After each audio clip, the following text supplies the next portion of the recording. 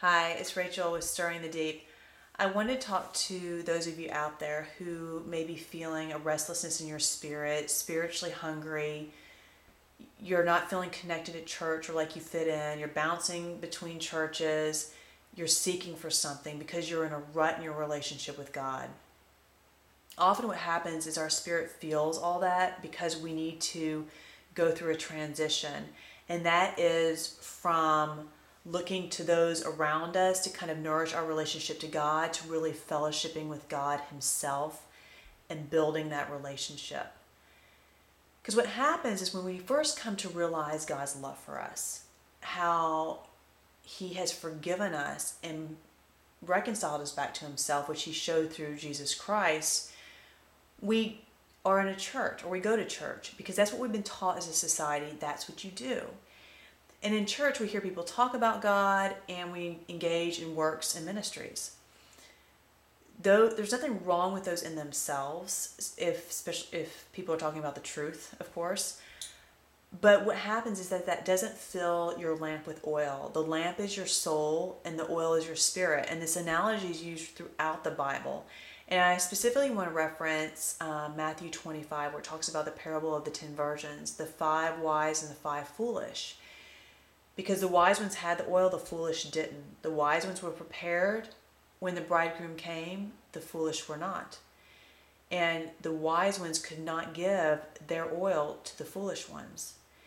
So from this we learn, as this is our soul and this is God's Spirit in us, is that those who are truly prepared to be united to God are those that have the Spirit of God in them, because you're already gaining that unity because He's within you. So that's why when He comes, you're prepared because you already have that unity.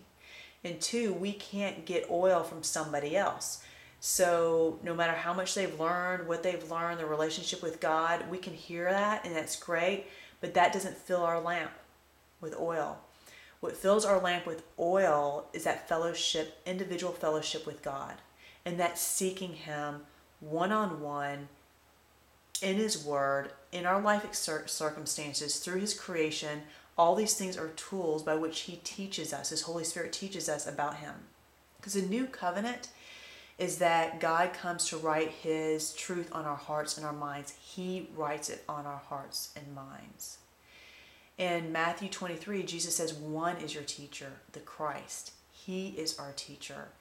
And 1 John 2:27, it says that we've been given the Holy Spirit to teach us all things. It's very intimate. It's about God teaching us directly and having that intimate fellowship with Him and that intimate communion with Him. But often that's neglected and that isn't done. And that's why people feel the emptiness. That's why their lamps aren't full, because they're neglecting that primary fellowship with God. So if you're feeling this in your spirit, I would strongly urge you to start spending time with God each day, getting to know Him, seeking Him through the Bible, through your life experiences, seeking to be taught by the Holy Spirit Himself, not through just another person. Because that's how the lamp is filled, through that communion. Because that truth is written on our hearts, as we learn the truth, as we abide in the truth, and then our soul is prepared to be filled with the Spirit of God. And as we're learning, we're filled more and more by the Spirit of God. Because it's not like this is totally empty, then all the one day we're filled. We're filled little by little. We're transformed glory unto glory. And so as we continue to fellowship with God, we get filled more and more and more. And as we do, we start experiencing the fruit of the Spirit in our life. All those wonderful fruits that we desire. It's not our own efforts. It's simply because we have the Spirit of God in us. And when you have this, you don't have the spiritual depravity, the hunger. You experience the presence of God, His power in your life, the instruction, the transformation, all those things you desire. But the key is having a direct fellowship with God and nurturing that in your life. Till next time, keep stirring the deep. It's the one thing that changes everything else.